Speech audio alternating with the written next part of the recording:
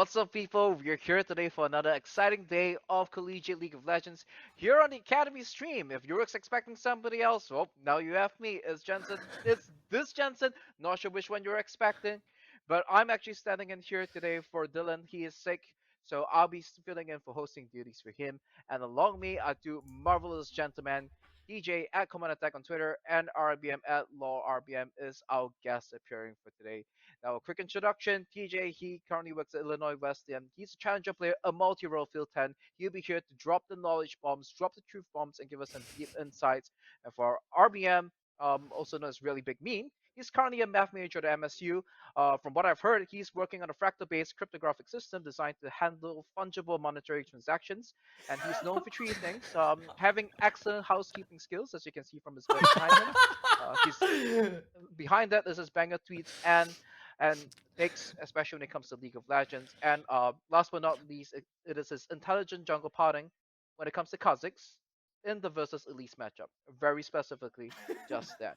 Now, why don't you just give our guests a little bit of time to introduce themselves and perhaps justify some of the things they just said, or perhaps put up a POI or rebuttal. Well, RBM, would you like to go? Please. Bro, this Jensen guy is too good at this job, actually. Like, how can Maribel ever lose, by the way? Hey, when it comes to building collegiate esports here, it's all about building for the future, man. I'm glad to see that you are going to be the next person who crashes the crypto and Bitcoin market out there and say, hey, I knew that guy. I was on the analyst desk with him, right? Majoring in math at MSU. That's what it prepares you for, man. Yeah, I'm ready, bro.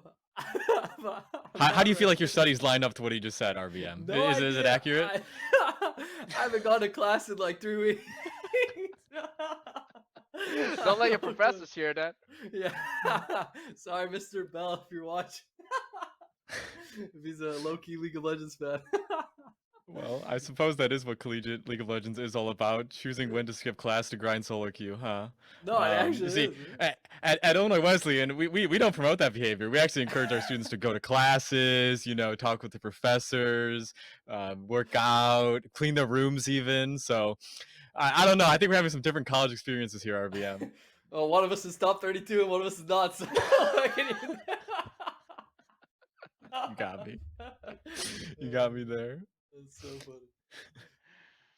Right. And with that, This, TJ, yeah. would you like to bring up anything else that you would like the audiences to know about? Anything to lend that ethos, that credibility to the truth bombs that you'll be dropping today? I take a pretty systems-based approach and see if you can like prove things or break it down into repeatable actions. So I would say that it's important to structure things and to look at things deeply rather than just the surface reaction. So that's what I do, and that's where the credibility comes from. And there we have it. Is the elevator pitch for today's analyst desk over here. You don't just have a regular host out there. You're gonna have three people who are excellent at color commentary side of things, to bring some spicy things, to bring some critical insights to the games that are happening today. What games are happening today? Maybe we have a graphic, maybe we don't. I'm not sure what's happening, but let's see if we can bring that up. And TJ, run us through who's gonna be playing on the Academy stream today. Yeah, so today we have Harrisburg University against the University of NA. We kind of have like an established versus new blood type of game where either team can win, and it will come down to really who shows up on the day. Both of the teams say that they respect each other and that they're really looking forward to today's matches. So that's the game I'm personally most excited to watch. After that, we're followed by Northern Arizona, who is against ASU. They're actually state rivals, and I would say Arizona is a state favorite here, but you never know. We can maybe see an upset. And then finally, we'll follow up with GVU Grandview against UCSD. And to me, this is a David and Goliath story where GVU is very likely to win, despite maybe a lack of showing up last year in the collegiate championships. But they're looking forward to changing the narrative this year, where they make a deep run. So it's kind of what we have today. Right. I think there's lots of questions to be asked here. Things like, where is the University of North America? Is that in Canada? Some told me it's in Virginia. And are they actually dragons we're looking at? Harrisburg Storm? Does that have to do anything with the weather condition? But let's dive into it. This is the first matchup for today. Let's talk a little bit about what we might be seeing as these two teams run up against each other. Yeah, Sure. I'll take the start on this one. So Harrisburg versus UofNA. I think it'd be a super fun matchup.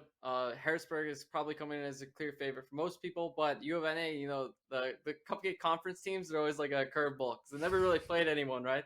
They just played noobs the whole time until top 32, so you never really get to see how good they actually are. So, Harrisburg could come underestimating them, and then something bad happens one game, and maybe Coach Gap the next game, and what do you know? UofNA has now beat Harrisburg. So, best of three is always a banger.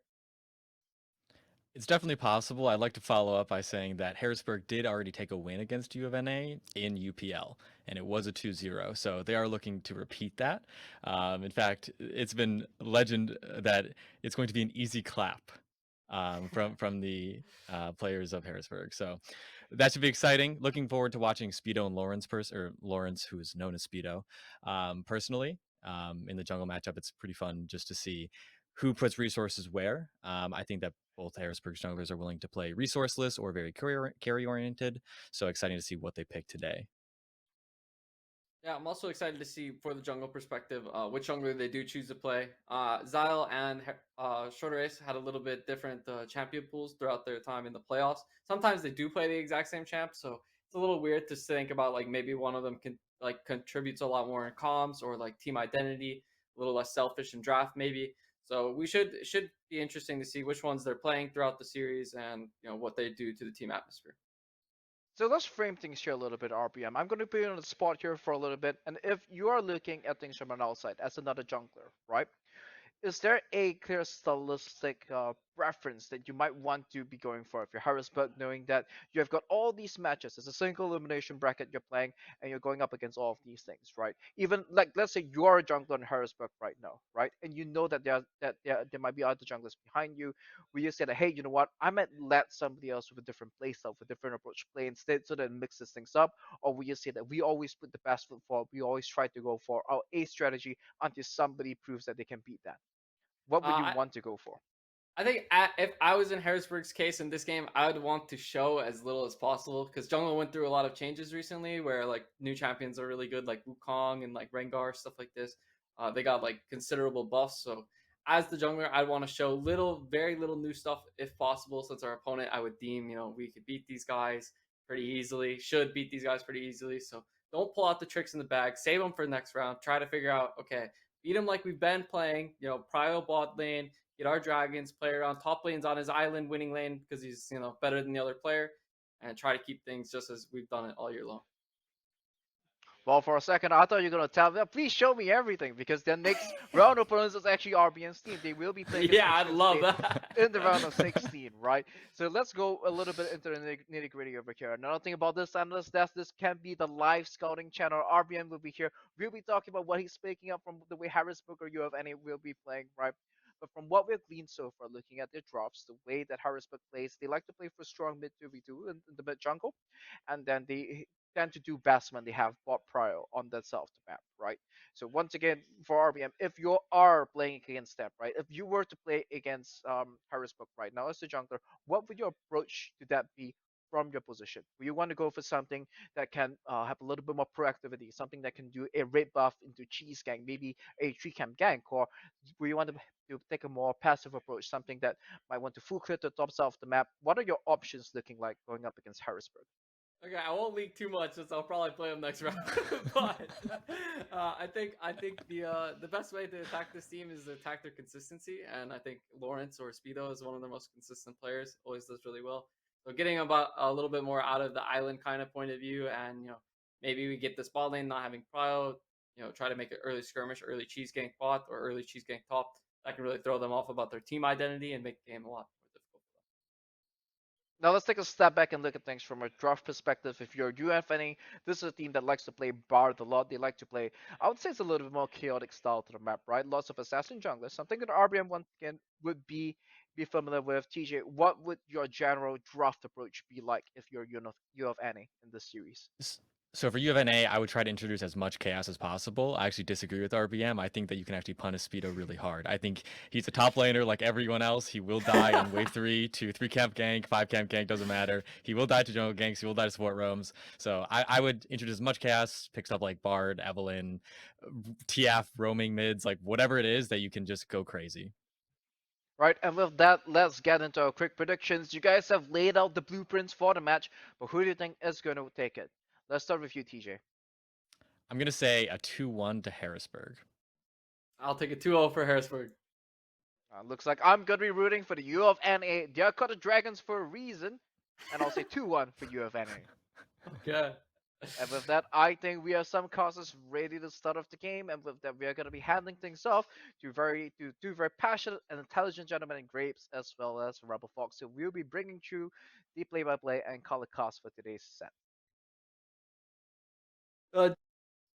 Thank you very much, Jensen. First of all, big shouts to Jensen filling in last minute. You know, normally think of Jensen as a coach, did actually do a little bit of casting in VCS. And Rebel, I mean, you also did some VCS today. I know it's been a bit of a long day for you, so hopefully we'll be able to get some exciting games to wake you right back up. Nah, man, I never go to sleep. It's all League of Legends for me, dude. Not only that, but we have to take over, the North takeover of the entire broadcast. Unified is here because we got, 3 people from the North on the desk. You got a Northern caster right here. You got Tej over on another desk, man. Like, the North just runs everything. The MEC is getting run out of Unified's broadcast team. It's a little bit outnumbered for the MEC folk in here. Unfortunately, I won't even be here for the Grandview game. Deathstrake's going to be taking over from me there. But, you know, I think that these couple of series that we have here are definitely going to be exciting. Just like the ones that we had yesterday. We went the distance in all 3 of our series here on the Academy stream in our first day of the round of 32. And today, going to try to look for a little bit more of the same. Harrisburg up against University of North America. I think the desk was kind of alluding to the fact that this might be considered a little bit more one-sided, but if you are a UofNA Rebel, this is definitely a situation that you want to be in, you know, trying to, shock the world a little bit, especially in your first year as a collegiate program. I mean, first off, every year we have our upsets. Even this year, of course, like Converse being able to shock at least a little bit of it, overcoming that seeding against Bethany has already happened. So, anything happens here inside of Collegiate League of Legends. And you're right, first year program, first year kind of for everything coming through from University of North America, being able to put together a team with some experienced members across the road, making top 32 really quickly. I think that's really incredible to actually be able to see this early on in their career. Being able to make top 32 your first split is not something that's typically normal, right? Like even programs like SLU is only in their second year. You talk about UST in their second year as well. Both of them in their first year weren't anywhere near top 32. They were just competitive. They joined in. They got full rosters. But here they are right here in University of North America being able to compete in top 32 against some of the best, some of the titans of collegiate like Harrisburg. Yeah, and it's another story similar to what we had in our first series yesterday when we covered Vespa against the likes of, what was the other team that we did? The Vespa versus Buffalo, in the ESC, where it was like the champion of an affiliate conference versus one of the not top teams of one of the, other big regional, Harrisburg finishing 3rd in the East this year after a surprising loss to Toronto Scarborough. So, when you take a look at this, the expectations might still be in the favor of this big, Eastern Conference titan, so to speak. But, UofNA, they did win their conference, and of course that does always speak to something as we head into draft. They definitely have quite a bit of talent within the roster, and Harrisburg has they like to load a bunch of talent into the roster as well in a number of different ways, right? Like they've got veterancy, they've got players from different regions, they've got a bunch of homegrown players from here inside of North America, they've got everything you could possibly ask for from a roster, as well as one of the most kind of loaded coaching staffs in the entire region. So you've got a lot backing you, which is why Harrisburg, I mean, I think placing 3rd was a little bit short of what their goal was this year. They always want to be competing for number 1 up against Western. You have to think about that. That's going to show up in a little bit of time as well, and they want to get another shot at that when the time comes too. So this is their redemption arc, being able to come back from that 3rd place finish where they did sweep that 3rd place match as well. They were really dominant in that one. It wasn't shocking that they were able to beat Toronto. Not that Toronto was bad, they had a banger match yesterday, but here Harrisburg probably comes in a little bit more angry for University of NA, so that's not a place you want to find a Harrisburg team. Yeah, and it's also them trying to defend their status from last year where they finished in that top 4. Actually, interestingly enough here, Rebel, they played, in that semifinal matchup against Winthrop, who were the eventual champions. They went the full 5 games, and, not even Maryville was able to do that against Winthrop last year. So, technically, if you look at it, this is a Harrisburg team that was the closest to taking down the national champion. So, this is, again, a team, very strong players, very experienced coaching staff, people like Special, Smithy, and Tyler, of course, who was on the analyst desk with us throughout the Academy stream yesterday, being there to kind of lead this team. They have very high expectations, and I'm expecting them to really come out swinging here in this first game. And having talked to them a little bit, I know last year they were having trouble getting some of the players that they were recruiting from other countries in because of obviously like the pandemic that had showed up. And so last year they were really, really happy with the results that they had because they had different players that were supposed to be coming in. They made the best of the situation there that kind of presented itself to them. And so their results spoke for themselves. And now they have another chance at that with some of the players they were meaning to bring in the first place. You got like Emps coming in from Brazil, as well as Loopk, who's been around for a very, very long time. And you also get back Lawrence in the top lane, who had an incredible amateur split, had some really, really nice games on Cloud9 amateur, as well as in Academy, and did some really incredible things for those rosters as well. So exciting to have him back for Harrisburg as the rounds out just like an incredibly star-studded roster for them. Yeah, tons of storylines to get into, but we have a draft on our screens as well. The first of the day here on the Academy stream. Right off the bat, one thing we got to mention here, Rebel, is that Seraphine ban on the red side.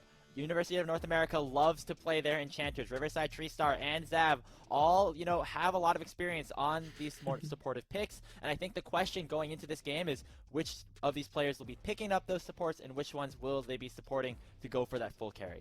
And you could recognize, obviously, riversided by name, but yeah, like you said, I think one of the biggest things is they picked up Seraphine and they really embraced it very quickly from, I think, even a couple of patches ago to be able to have as well. So, having that Seraphine, I think it's just good scouting coming out from Harrisburg, not wanting to give them flexibility to kick things off. And you could see, at least from the start of the draft, as we're waiting for that one to kick back in as well, just that, on the side of University of NA, they realized that, like, early jungle, like, very powerful jungle for Zile is something to pay attention to. And so they get rid of Lee Sin. They get rid of the Bully Bear as well. Wouldn't shock you to see a Zinzao ban in there because that's one they go back to for comfort time and time again as well. But pretty much anything that you could grab in that jungle position would not be shocking, especially to open up the pool for their own jungler, who has a little bit more of a different approach when it comes to what champions he likes to play. Yeah, Skelly in the jungle here for North America plays a lot of unique picks, so to speak. Things like Evelynn, Shyvana, Amumu even in the grand finals of the MAEC. So this is a guy that definitely is willing to spice things up. And I think if you are North America, this is a situation where you kind of do want to spice things up a little bit. Show maybe something that Harrisburg is not necessarily expecting, because being the underdogs in this situation, that's one of the easiest ways that you can get off onto the right foot, especially here in the best of 3. I like your comparison to Skelly coming in, which was, of course, Mr. Grapes had the fantastic idea to call him, like, Malice Jr., which I think is about right. Yeah. Like, he's got these really weird kind of carries, a couple of AP carries in the back pocket as well, to utilize in situations like this. And when you've got 3 players in your team that are willing to play Seraphine, and you've got a top 10 playing player like SHREKWAKOWSKI, who plays a bunch of tanks, more low econ stuff, you need somebody who's able to take up the mantle of the full carry. And it seems like Skelly is able to do that effectively if he's on the right champion. It's a good thing to see. Yeah. And we'll see what he ends up picking up here. May not actually be a top lane lock-in first, of course, but as we go through the bans, a quick update here. That Gwen is a Jinx ban, so it's actually just a couple of errors here on the drafting screen. So that is just something to keep in mind in terms of going down the line. No super strong marksman from Arcane to be locked in here for either of these bottom laners.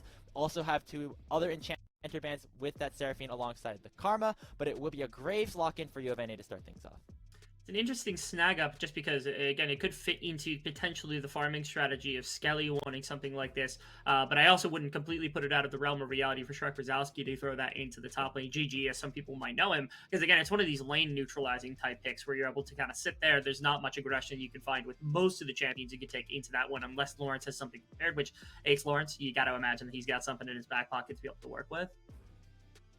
We'll see what that ends up going with. SHREKWAKOWSKI did have a couple of games on Graves throughout UPL and East playoffs, so this is an interesting pickup here, but I think we got to focus on the 2-3 here for UofNA. Veigar and Bard. Bard is one of Zav's most played champions, was left unbanned in the first phase, and that's Zile Zach coming in as well. This is something that I was maybe wanting to touch upon a little bit here, but yeah, Zile plays a lot of Zach. Really lock in for him here for HU. Haven't seen it too much over the course of the entirety of the season for Harrisburg, over both not only like the collegiate split, but also into some of their amateur stuff in UPL. But yeah, Zile is a very talented Zac player. Being able to gank and be able to attack is quite nice as well. So that's nice to see. Now, on the opposite side, really quick, just to touch on UofNA's draft, Zav getting the Bard is something he plays a lot. I know our analysts talked about that a little bit. They talked about it before we even started up. Yeah. His ability to kind of take advantage of the bottom lane. But more specifically, I think riversided, he's a typical Azir player back in the day. very good to pick Veigar into it, so he's familiar with Veigar as the champion. That's a counter to the Ahri, or at least a perceived counter to the Ahri, so willing to grab that one up as the blind Ahri got taken in that R1 position by Harrisburg. And it is possible, of course, that Star could also be picking up this Veigar. Just again, these players have a lot of flexibility, but I do agree this is the prototypical counter matchup into the Ahri. Going for something like this Veigar, you can deny the spirit rushes with the the event horizons that end up coming out.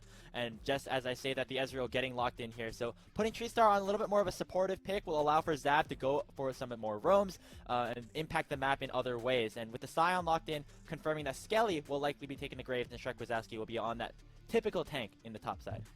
Something too crazy about this. I think this is a lot of comfort for the NA Dragons being able to come out here. You have a safe ADC to work with, something that wants to when Bard wants to roam and go crazy across the map, making it affect as many places as possible. You want to be able to have something that's not going to fall victim to anything in the bottom lane, and Ezreal is one of, if not the best champion to be able to do that with. You have the Sion, which is again SHREKWAKOWSKI, a very big tank player, a very big kind of lane cancel player in that top side of the map. You get something farming for Skelly, and then you have like the mage for riversided in the counter matchup that he has set up for himself. The one problem is obviously you're playing against Harrisburg. They're a very well-defined unit, and now you've also given what we were talking about right before the series, which is that Lawrence Gangplank is one of the best champions he's got in his wheelhouse, and if you pick things that are going to lane neutralize against this, he will just win the game on the Gangplank himself. I feel like Lawrence is a very similar player to ShamWow, a player that we covered yesterday on Michigan, where he kind of sits on an island and will just win the top lane 1v1 on his own. Doesn't need a whole lot of jungle attention, and having a pick like this Gangplank will be so huge, because I think you said this yesterday, Rebel. Gangplank's a champion that can really dominate the lane and stay up there in the top side while also impacting the map with that Cannon Barrage ultimate. So really good pickup here for Lawrence. I don't expect him to see too much jungle attention, especially in a matchup against SHREKWAKOWSKI on the Sion. But let's take a look at HU's draft a little bit more handily here. Zile on the Zac provides a lot of interesting angles here for HU to go for. I think Zile is a player that, tends to not go for as many early plays as maybe the other jungler for Harrisburg in shorter A's. So maybe allowing him to farm up a little bit more and be that really big factor later on will be impactful here for the Storm. The Zac is something comfortable for Zile to be able to snag. It's something that he's had in his wheelhouse for a couple of years. And here, you're hoping to see it actually very, very active to kick off a game like this, where like you want to get into these lanes as fast as possible. Why? It's because you set the Gangplank off onto a good foot, then all of a sudden, like the Sion is in a bad place. The Sion can't do anything. Ahri, if you break it out of the laning phase and you have enough wave clear on the Ahri to be able to push against the Veigar in the early stage of the game, so you're not just kind of sandbagged in lane, Ahri gets out and about, starts joining the Zac and the kind of oppression elsewhere. And they've got a pushing bot lane as well. Against an Ezreal, you're going to have more wave clear. You kind of have range to work with. You've got a lot of CC in Leona, which means that you should have full control of the bottom side of the map if you want to go for just pure dragon stacking here on Harrisburg side. But it feels like they have 3 good lanes to go attacking for if the time comes. So Zile, his cup runneth over with places to be.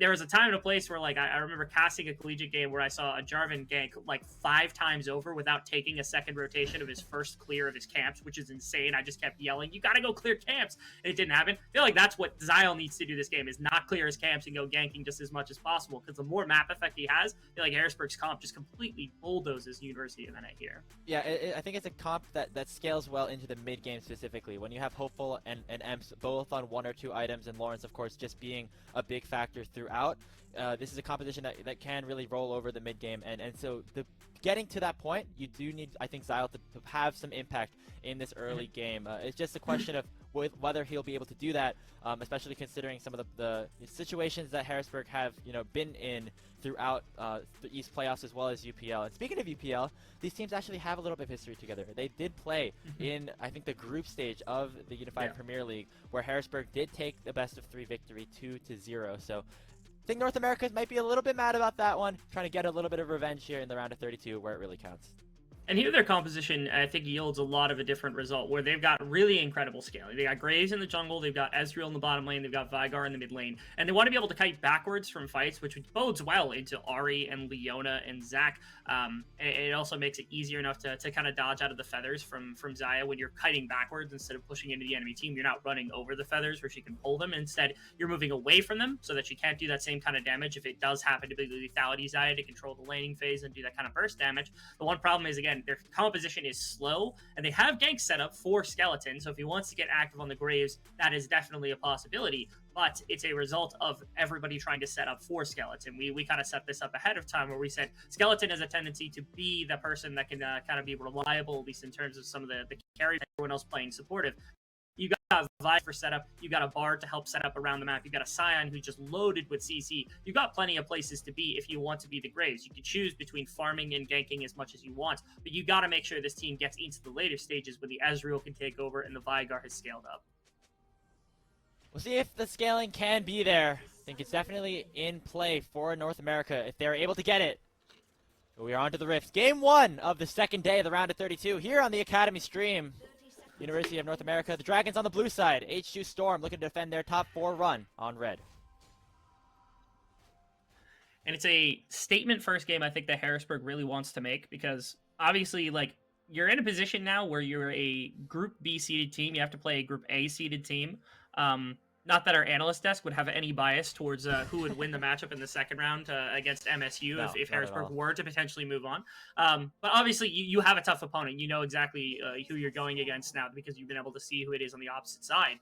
Harrisburg doesn't want to look too far ahead for that, right? Like, the Dragons are a good enough opponent that you have to kind of stay grounded in this area here. They're showing the Zac, which is something that, like, again, they haven't played a ton of, but Zile is kind of famous for back in the day. If I recall, he's been able to pull it out in the past to be able to work with. So showing that they still have this in the back pocket sometimes is valuable, because then you think, oh, is he going to pull out a Zac in a game like this? When in reality, he might not be actually planning anything like that instead. So questionable whether it's mind games or whether it's Zile just going on to something comfortable, but one way or another, it's a good way to start for Harrisburg, because I like to see that they're pulling out some of the old tools that they need in order to be a team like this, giving respect over to the Dragons. And you know, it could be just a little bit of experimentation as well. You know, Zile hasn't played much of the Zac in competitive so far this season, so maybe seeing if, you know, they can pull it off, especially in a game 1 where you have some room to work with after, if it doesn't end up going well, to maybe show the rest of the collegiate what Harrisburg really is working with. It's going to be opposite side starts here for the junglers, Skeleton and Zile going for the red buff. So we're going to see Skelly up to the top side, Zile down bottom. Not good start for SHREKWAKOWSKI. He's getting abused by Lawrence's Gangplank already. And that's okay. I thought he had level 2 and he wasn't able to actually get anywhere. The grasp combined with the trial by fire makes it so difficult to deal with. You traded at that level 1 with your Q, which I think was not the right trade coming out from SHREKWAKOWSKI, and that means Lawrence kind of just has full control of this wave at the moment. And what are you supposed to do if you're Sion? Like, you're just going to walk up. He does have jungle support coming pretty quickly, because it looks like it was red into blue and then into romp here for Skeleton, which is a very fast clear unless he decides to turn around towards bottom side. So I'm paying attention to see what the next move is here from Skelly, because if he goes up the top side to try to save his top laner, I think that's reasonable, but then his clear is going to be a bit slower. He could also just be clearing right back down towards the bottom side of the map in an attempt to help out his bottom lane. Yeah, you see a nicely placed ward there by Emps around the Raptor Pit of University of North America, spotting that Skelly did not end up going for that full clear, so maybe a bit of a warning towards Lawrence that the Drace might be in the area, so it looks like that's not going to be an issue here. Skelly will just go for, you know, the clearing of the wolves, and then either up to top crab or maybe back to the Raptors where he will eventually be spotted. So overall, slight advantage towards HU just in terms of farm so far. Both the solo laners doing pretty well in terms of getting their CS advantages. Bot lane looking rather even as well. Seems as though right here, Zile is done with his entire clear. He's just now getting the Scuttle Crab, so that's what that's going to be. Now, he saw that the Raptor Camp was up for a while, but didn't see whether it was still up. It appears as though Zile's actually pathing behind Emps. He's going to catch Skelly here. Here's the Event Horizon. It's going to be a 2v2 in the mid lane to start things off. Emps already taken rather low, but there comes that elastic slingshot. Skelly is so low, the auto's raining in, the flash forward, and the first blood into the Harrisburg Storm. Zile picking it up. Extremely well played by the combination of Emps and Zile right there, because Zile gets in to defend Emps. It looked like actually a losing play where the Ahri might actually be brought down, but right there it was fantastic to see Zile able to land the Q, able to pull it together with the other champion. You get a knock up with the E, and the better part I think is the real crucial bit of this was Emps' kind of use of the charm. So keep an eye on his skill shot right around the edge of the minions at the end here to be able to snag it through Zile that was able to tag him. It was very, very nicely played by Zile to CC them, getting the first blood off the flash, and being able to defend his mid laner kind of all in one. Well played from Zile. We were saying that we needed the Zac to have some early impact, and he certainly has so far, winning out both in the ganks and in the farm advantage for now. And when all said and done, we're not yet at the 5-minute mark here, Rebel, but it's a 1k gold lead in favor of Harrisburg, looking very, very strong to start things off. And what's even worse is that because Graves didn't take the bot side camps, they didn't reset, so they're not new camps. They're just the level 1 camps, so they haven't full reset yet. So that means when Zile goes back through to full clear his jungle, he's getting full level 2 camps, full level 2 experience, and that's not the case for the Graves. So Skeleton not going to be able to snag those ones up, which is an unfortunate byproduct of what had happened. And only just now is Zile actually backing with 36 kind of minions in his back pocket, whereas Skeleton, if he wants to take a back timing, it's going to be in this really awkward place where he gets like basically 2 level 1 camps, 2 level 2 camps to be able to work with. And what is he going to upgrade? He's going to get like a Caulfield's, he's going to get a Vamp Scepter or something like that, or the Serrated Dirt probably is where he ends up going, maybe Boots if he's lucky, but it's not going to feel good for the Graves to have to back on that timer, whereas Zile has the Bomby Cinder and actually has gone for the Dark Seal to start things off, which means he could be a little bit more AP intensive if he goes for the Magi's, trusting that he's going to go crazy on this sack in this game, which based on that first gank, I wouldn't be shocked about. Yeah, some confidence here on a player who is on one of his most comfortable champions, and that's exactly what you like to see here if you are the HU Storm. Top side, it's a little bit of what we were expecting, given both the matchup in terms of champions and players. Lawrence making pretty good work over SHREKWAKOWSKI right now. I will say, as somebody who does play a decent amount of Sion, albeit in a much lower elo, it's a little bit hard to play this laning phase until you get to level 6, where you kind of just have to force these all in. So at this point, not really much SHREKWAKOWSKI can do. Dragon started up by the Harrisburg Storm, and Zile already doing a very good job of getting some of these major objectives and getting onto the map early on. A little disastrous of an early game here actually happening from University of NA, because first off, you're losing top lane significantly, 20 minions. You kind of knew this was going to happen. Lawrence, if he's left on an island, is just going to win the game anyway, right? But the mid lane gank went against you, and that meant that Zile gets this advantage on the Zac, and he's able to kind of free Emps without having to burn too much. The summoner spells got traded on both sides for those exchange. And the bottom lane still has this perma push. Yes, Tree Stars ahead a couple of minions, but that's about all you've got.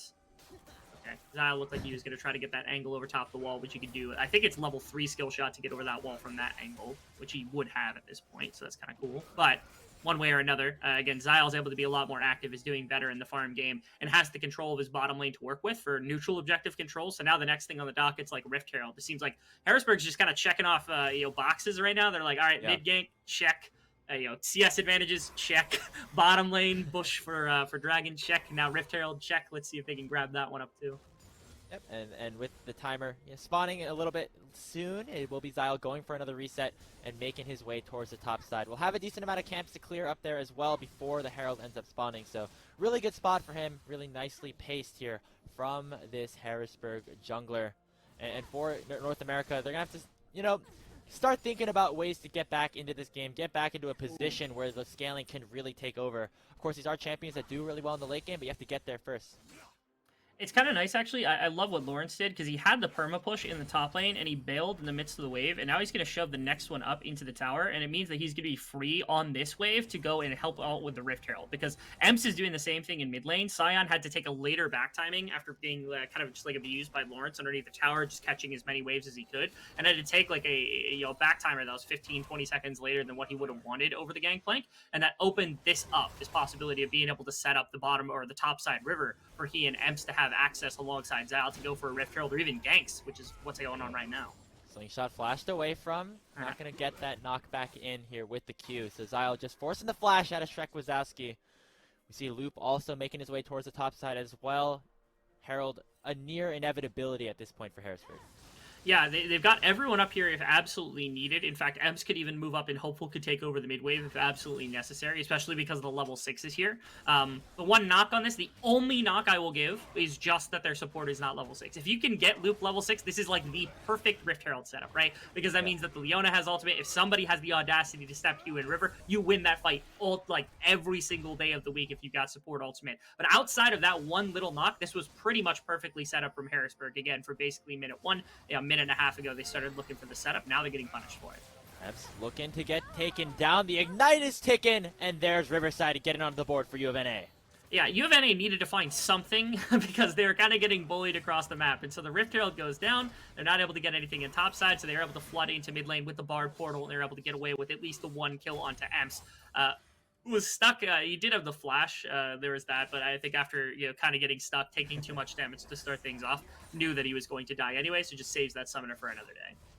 Yep, and it's not all too bad here. The wave is still in a decent spot. Emps, of course, doesn't have that teleport, but will be able to get back to lane with that lost chapter and the upgraded Lucidity boots on the Ahri. So Things still not looking too bad here for Harrisburg, still at that 1k gold gap, supposedly, but I think this is what North America want to do. They want to get the roams around. We saw Skelly and Zav kind of work together, and that's what you want to do when you have a Bard on this team.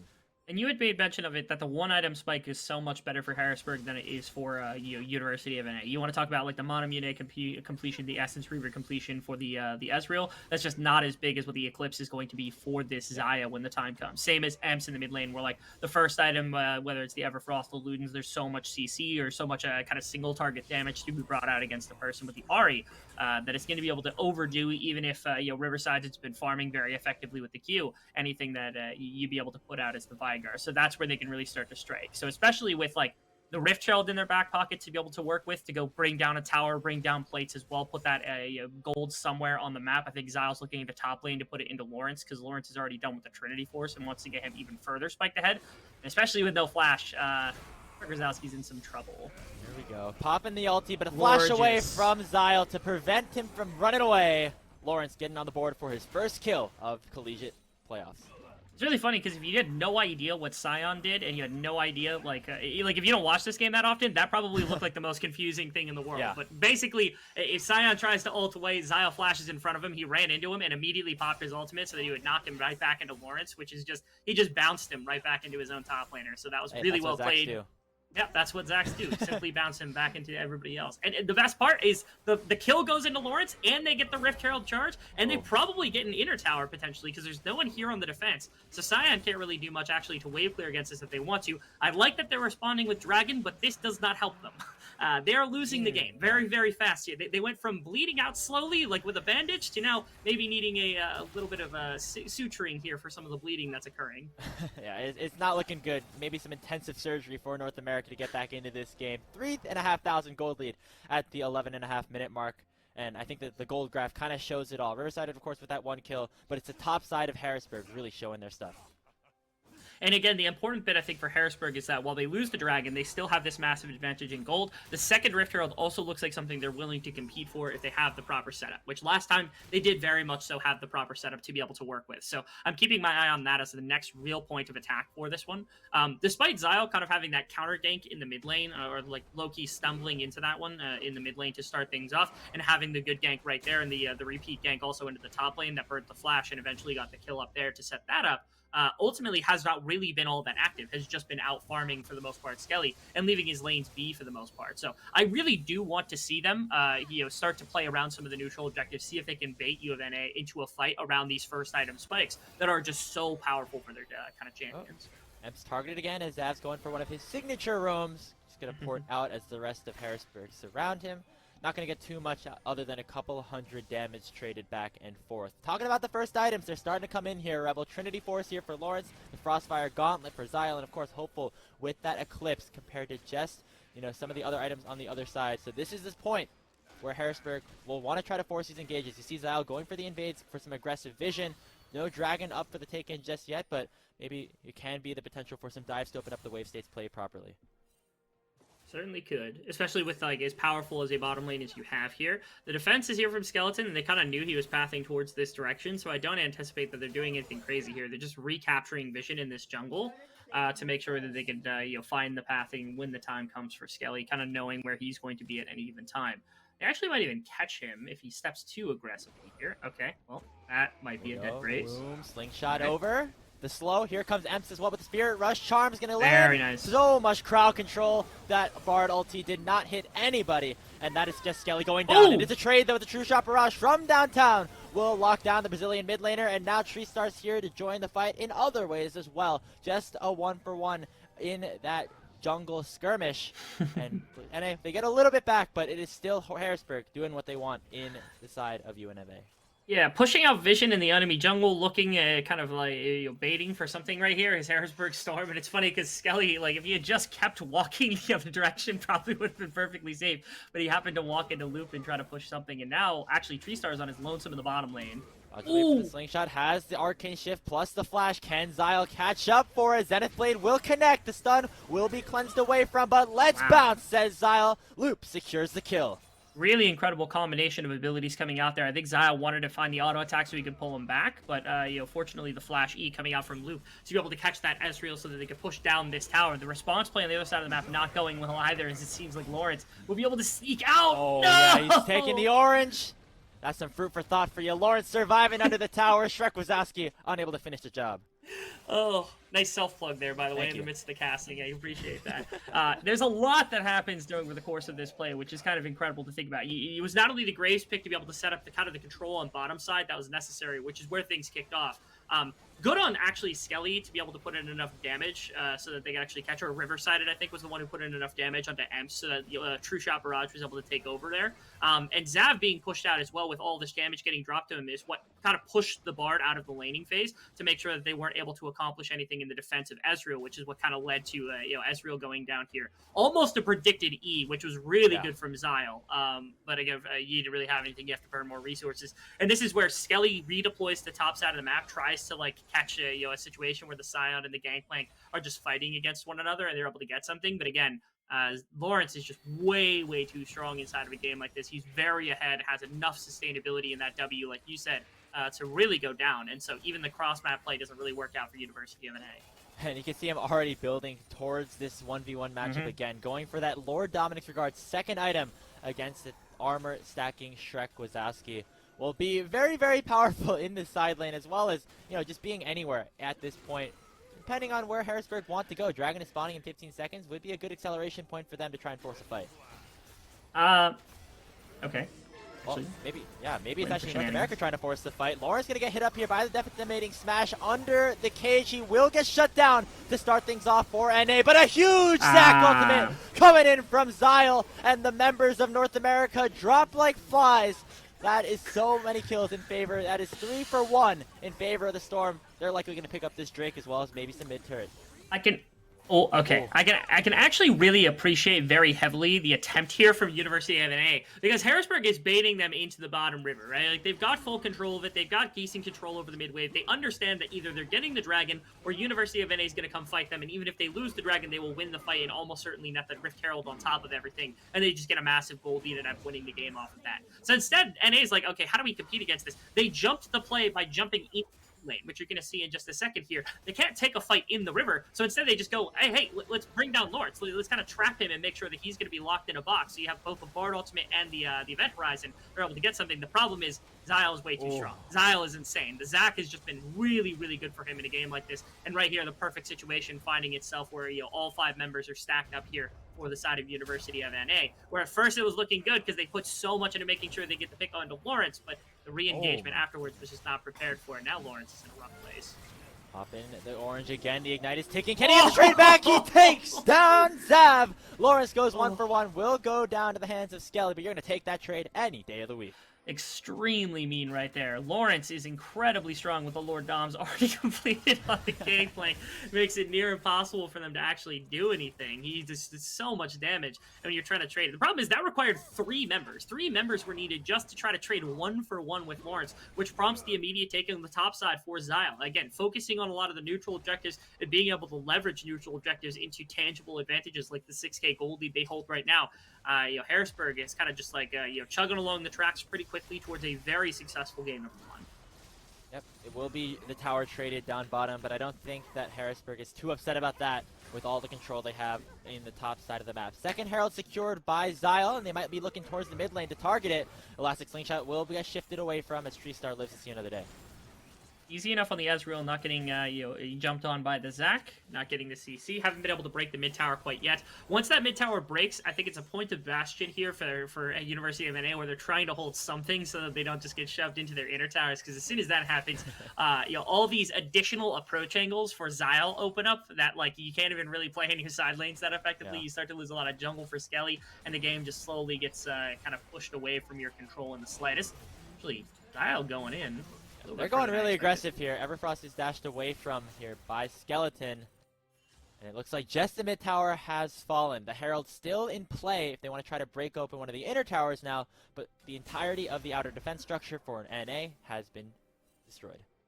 Yeah, and you can see 2 items already completed on a couple of different members. One of the things I do want to note is that there is a pair of Sork Shoes that is completed and almost a Rabadon stun as well for Riversided. Riversided on the Veigar is one of these late game scaling champions that we were talking about before the game had really taken a full foot or into full force here for the side of the Dragons as well. That and the Ezreal are the 2 real scaling options, and almost to a point where that AP is going to be a little bit of a ridiculous amount, right? Like, it could actually get up into the several hundreds, 400, 500 range, even on just the 3 items that, or the 2-3 items that he's going to be on.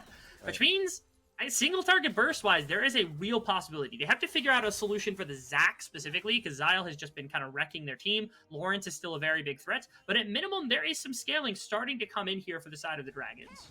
Yeah, and you saw even in that play down on the bottom side, even like 5 minutes ago or so, Lawrence did get bursted down pretty heavily by Riversided in essentially one combo.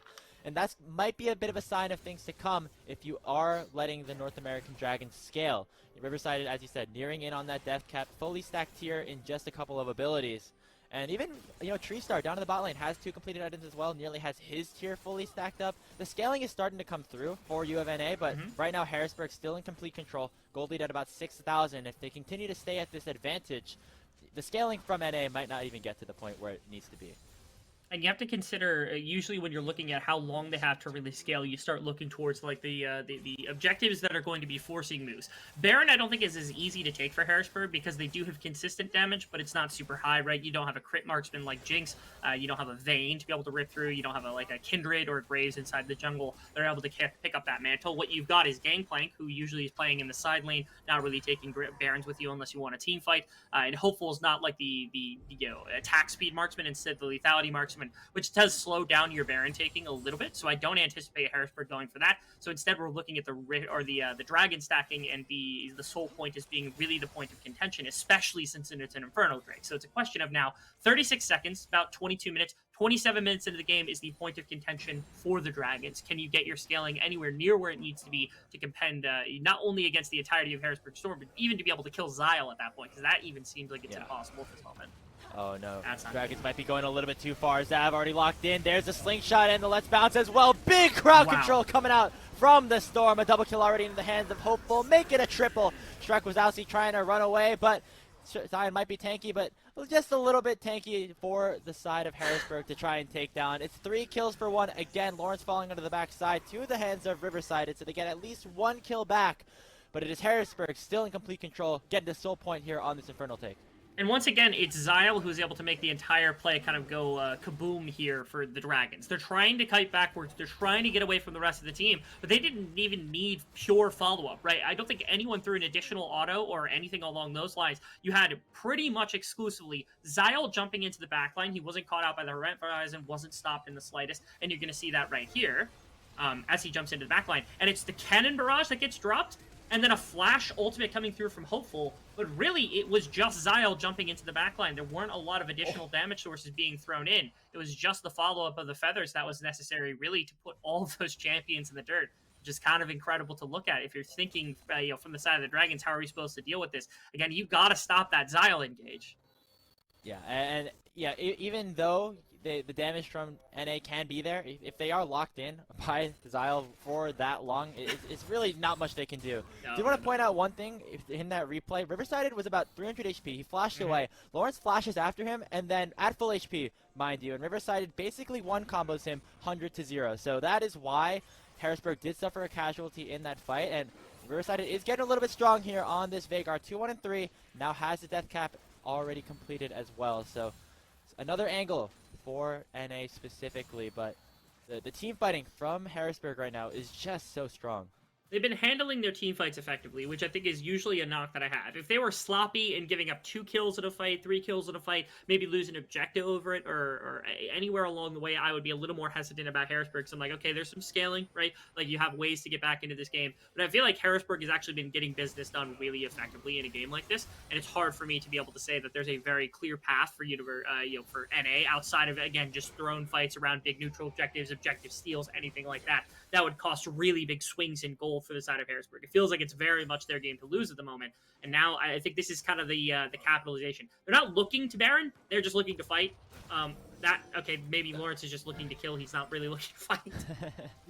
It's a limit test. You want to see how much damage you can do at this situation. Riversided now in a little bit of trouble. Does a Holy! decent chunk onto Emps, but it's not enough. He will go down to start this fight off. True Shot Barrage does a whole lot. SHREKWAKOWSKI is in the middle of the enemy team, tanking up a whole lot of damage, but watch the flank from Lawrence. The GP has so much damage with the barrels. If he's able to get a combo down, Zile going to go for the slingshot over, only knocking up the Sion, tanking up a whole lot of DPS. And the rest of North America will escape. Just the mid laner falling. Riverside goes down. Riverside nearly took one with him too. Emps was at full health, and I'm pretty sure he hit him with an ultimate, and that was it, and nearly dropped him 80% of his health bar. As Riverside continues to get stronger and stronger in this game, and there's no capitalization afterwards, right? Like they can't really walk at the Baron. They're still terrified. There's still a lot of damage that's remaining here from the Dragons, and that means that they're not comfortable really expanding this play any further than what it is for what it is. Just a couple of kills, which is just the one kill in their back pocket for the remainder of the game. Yeah, so as you said, no major objectives here. Nope. You could have tried to opt for the Baron in the 4v5, but you can see that the team fighting here for North America isn't all too shabby itself. SHREKWAKOWSKI, lost lane effectively to Lawrence, but does what a Sion needs to do, stacking up resistances, being a very big frontliner, and it's hard for the rest of Harrisburg to take him down without a whole lot of help. And so I think going for that Baron would have been a bit risky. Just focus on this next dragon if you are Harrisburg. It is sole point for them, and in 90 seconds that can be the Infernal picked up. It's a question of what their setup actually looks like. They've got Hopeful in the mid lane to be able to push out that direction. You got bottom lane as well. That's something you have to consider when you're setting up a dragon, especially with a team like this, to be able to control angles. Because the more angles you control, the more threat there is that Zile can come in from a wacky angle onto University of NA. That's a real threat for them. So now, I mean, you're seeing Emps start to push that one. That's really good. That should shove that wave back in the other direction, or at least force a member of the Dragons down there. They're trying to just entrench themselves in the river as fast as possible, which I think, honestly, might just be like a last-ditch effort to make sure that they do not lose Infernal Drake, which is fair, because if they lose Infernal Drake, the Zac might actually just 1v5 legitimately in fights. Yeah, and if you are North America, of course, trying to find a pick could be big, but it's actually Loopk looking for the engage. Slingshot does get canceled away by SHREKWAKOWSKI, but Riverside is already down. That's the main carry here for the Dragons, who are looking a little bit more like dragonflies here in this team fight. Not putting up much of a fight. Emps picking up a kill on the backside. A clean ace 5-0 for the Storm. And once again, a massive jump in, being able to pick off, the team fight, everything getting peeled away like layers easily enough here from the side of Harrisburg. Their team fighting is very crisp. Again, basically the entire game, if you have concerns about like one or two members going down, mistakes being made, then you could start talking about it. But I've never had a doubt about Harrisburg's ability to team fight, because they have an ounce of mistake to be made inside of fights like this, right? Like, they haven't given anything pretty much, except for the one play that Lawrence had into the very, very powerful single target damage of Veigar, and that's pretty much it. Now, they win the entire map. They've won almost certainly the game in tow. 12k, that's the minimum, right? You also have Infernal Soul that's going in your back pocket with 3 Infernal Dragons as well. You've got yourself more than enough map control already to be able to use this Baron buff. So the combination of both of those things means there's basically nothing for the Dragons to accomplish here. This would take a miracle steal from the Bard, but yeah, it's just not in the cards. Checkbox after checkbox is how Storm have played this first game of their collegiate run. Looking very, very powerful in this one. Doesn't seem like there's a lot of angles for them to potentially drop this first game. 22 stacks in the Medjais, by the way, from Zile. We mentioned the early Darksteel pickup has definitely paid out in dividends. I think the comfort for Zile is making him a lot more active around the map, which I always love to see significantly, is his ability to kind of make more of an impact in the earlier stage of the game. And now, Loop is under some duress, but that's pretty much it, when they get 20% of his health bar in exchange for basically nothing. But again, you just know you can't fight. There is almost no chance that you win any kind of engagement here if you are the Dragons. Riverside had popped that Event Horizon. This would be where Zile just, like, jumps in, and, like, what are you gonna do? Who's gonna say something about it? The Event Horizon's down, there's no way to stop it. Best thing you can do is try to Bard ult him or something along those lines, but that's about it. And now, they are literally just taking as much as they can on the outer structures, just waiting for everything else to come through. There's too much damage here. They're going to be able to push into the base. Dragons are trying to keep them out for a little bit longer in this game, trying to maybe take this to Elder Dragon is the best chance that they've got to try to turn this game around, but slow fights in tow. Oh, yeah. Bard ulti only on the Hopeful, who pops that Featherstorm early on. SHREKWAKOWSKI gets bursted instantaneously before he even gets into the back line. Zile now dominating, a kill onto Emps as well. And it's just Harrisburg running face first into the Dragon's base. A double kill onto the Ahri. She's going to Spirit Rush forward, try to pick another. Zav's the last remaining survivor. The Bard pocket pick was not enough for University of North America. Harrisburg about to go up 1-0 in this best of 3. Yeah, it felt like there was no really decent way that they were able to attack in the earlier phase of the game. Every lane was getting a little bit bullied. Yes, you had a couple of interactions where you had okay plays coming out from Graves combined with somebody else on the map. But for the most part, again, Harrisburg just kind of had a list. They checked it twice and they were able to get things done very, very efficiently over the course of this game. 29 minutes, it's slow. This is typical Harrisburg, man. Like they've got a very dominant, slow game under their belt here where they take it. Yeah, it took 29 minutes, but that doesn't make it any less dominant. They kind of had full control of the game the entire time. It seemed like there was really no point throughout that game from start to finish where Harrisburg wasn't in control. And that's kind of the stranglehold over the game that got HU to that top 4 run last year and taking down a team like ISU in the top 8, getting to 5 games against the eventual national champions in Winthrop. And it's just the infrastructure, the coaching staff, and all the players that were there that helped get them to that level. And they're looking like they want to try to get back there with a very strong Game 1 victory. With some of the comfort that they had on the side of University of NA too, I don't really know where it is that they go. I think they have to find some kind of disruption within the actual structure of how the game played out, because right there, and again, if you play a standard game and you don't test a lot of any of the waters of what is Harrisburg's kind of whole composition, yeah, you got I think 0-2-2 was the worst scoreline, which was Emps on the Ahri in the mid lane, and yeah, you got 2 kills on Ahri, but that's about all you got in the entirety of the early game. I need more. I don't need splashing. I need rock the boat level waves at the beginning of the game for the side of NA. If you're gonna pick Bard, you got to be a world breaker, right? I want world breaking Bard play, not I'm gonna sit bot lane and make sure that our Ezreal doesn't die type Bard play, right? That's the only way I feel that's gonna come out from NA, and they're gonna be able to compete with Harrisburg after that first game.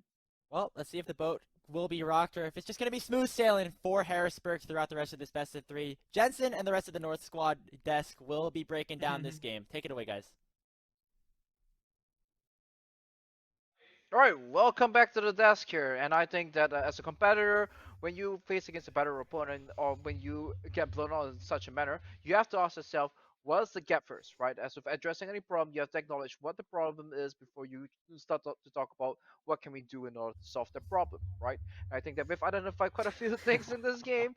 Zal the Zach was definitely a very big part of that. We highlighted things at the very start of the day. I asked RBM, if you're here, if you're UofNA jungler, how would you have done things? We saw Skeleton come in with a particular game plan. So I'm going to throw it over to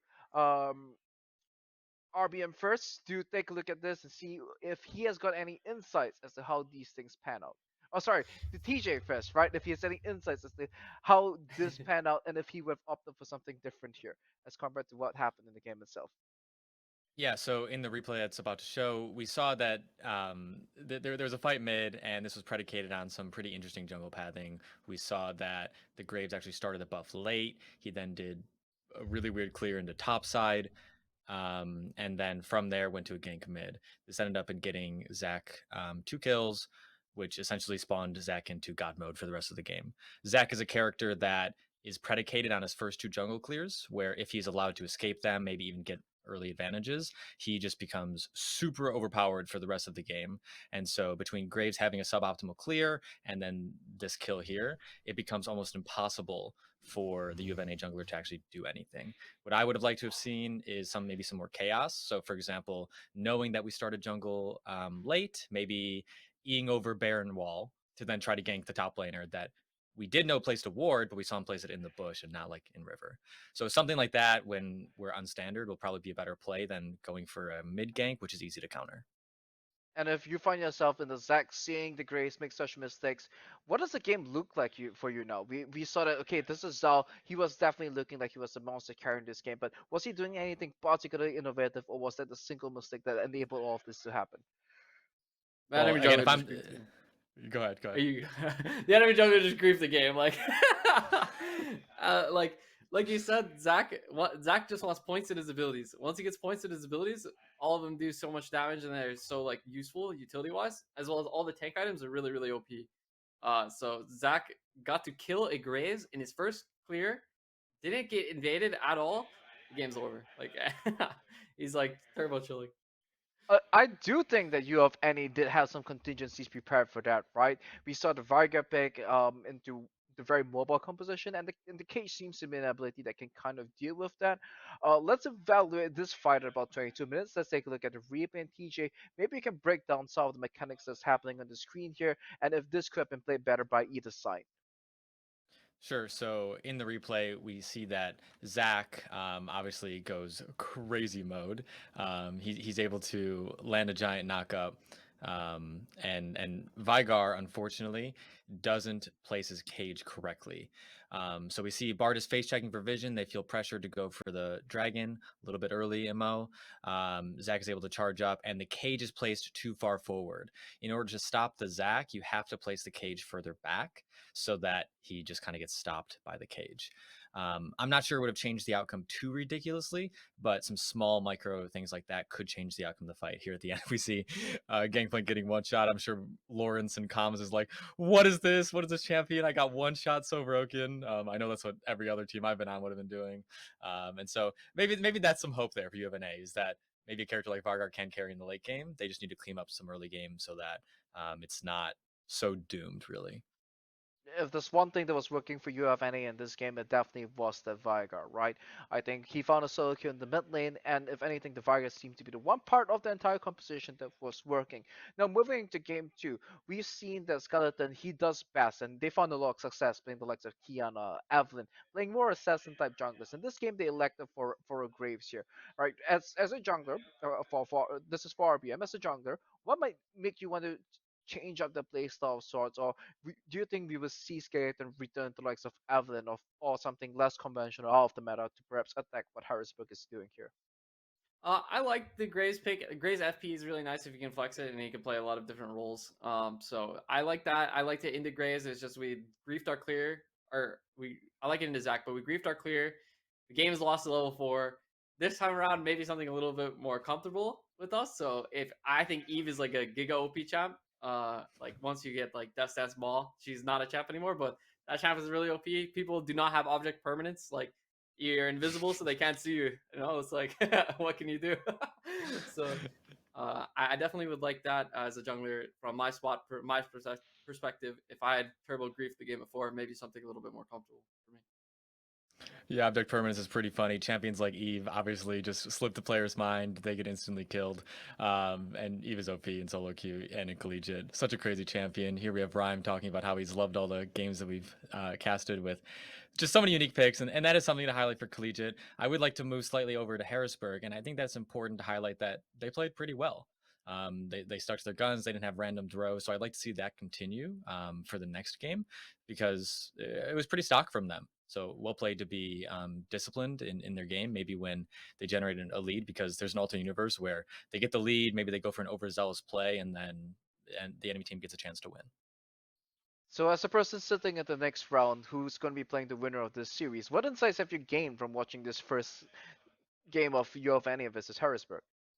It went as I expected it to do. I mean, I think UNA is quite a bit outclassed, but I mean, there are quite a few ints from Lawrence, and Emps kind of looked a little shaky as well, which was a little weird. He had the one death mid where he's standing inside of a Veigar cage with flash up, but he's on top of Graves W, so he lost object permanence of Graves and Veigar there, so he didn't flash out of the cage and just accepts fate, wastes his ult as well. So a few ints, a little surprising ints, but I mean, the game went as I had kind of anticipated it to. I think Zile's a really good player, so he played well, but hopefully enemy jungler doesn't grief the game, so I actually get to see Zile play a game of League where he has to use his brain.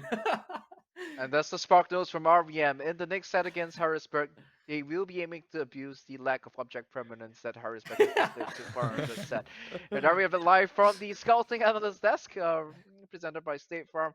And with that, we'll be headed over to the casters as we are getting ready for game 2 of this series. Over to you, Grapes and Rebel.